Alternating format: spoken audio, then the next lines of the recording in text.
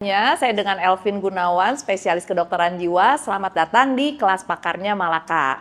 Hari ini kita akan membahas tentang gangguan kepribadian. Jadi banyak banget konten-konten yang beredar tentang gangguan kepribadian dan paling banyak tentunya NPD ini atau gangguan kepribadian narsisistik.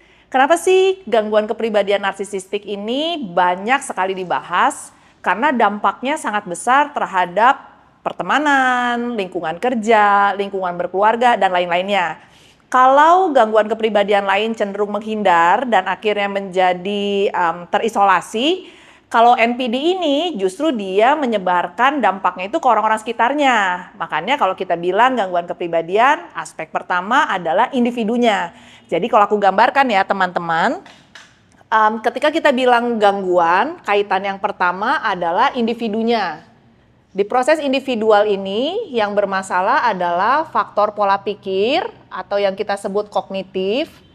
Yang kedua adalah regulasi emosi dan yang ketiga adalah terkait dengan perilakunya. Nah, apabila kita lihat yang kedua, proses gangguan ini kaitannya dengan relasi terhadap orang lain atau kita sebutnya relasi interpersonal yang kaitannya dengan sesama ataupun dengan keluarga. Dan yang ketiga, kaitannya dengan produktivitas.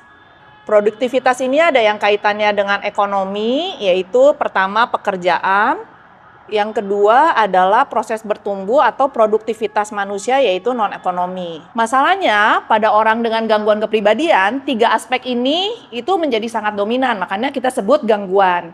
Tapi ada nggak sih pola yang sehat? Bisa. Ternyata pola yang sehat itu namanya ciri kepribadian. Nah, bagaimana caranya masalah ciri ini tidak berkembang menjadi gangguan kepribadian?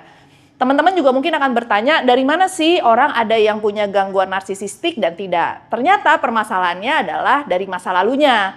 Kaitannya dengan genetik, yang kedua dengan pola tumbuh berkembangnya, ketiga masalah sosial ekonomi dan geopolitiknya, serta terakhir adalah pertumbuhan spiritualnya. Jadi banyak banget aspek-aspek yang membuat kita harus aware apakah kita dalam kondisi yang sehat atau enggak. Disclaimer, kelas ini tidak dibuat untuk kita membuli orang lain atau menstigma orang lain, tapi bagaimana meningkatkan awareness supaya kita menjadi sadar dan tidak menjadi beban ataupun masalah buat hidup orang lain. Gitu ya.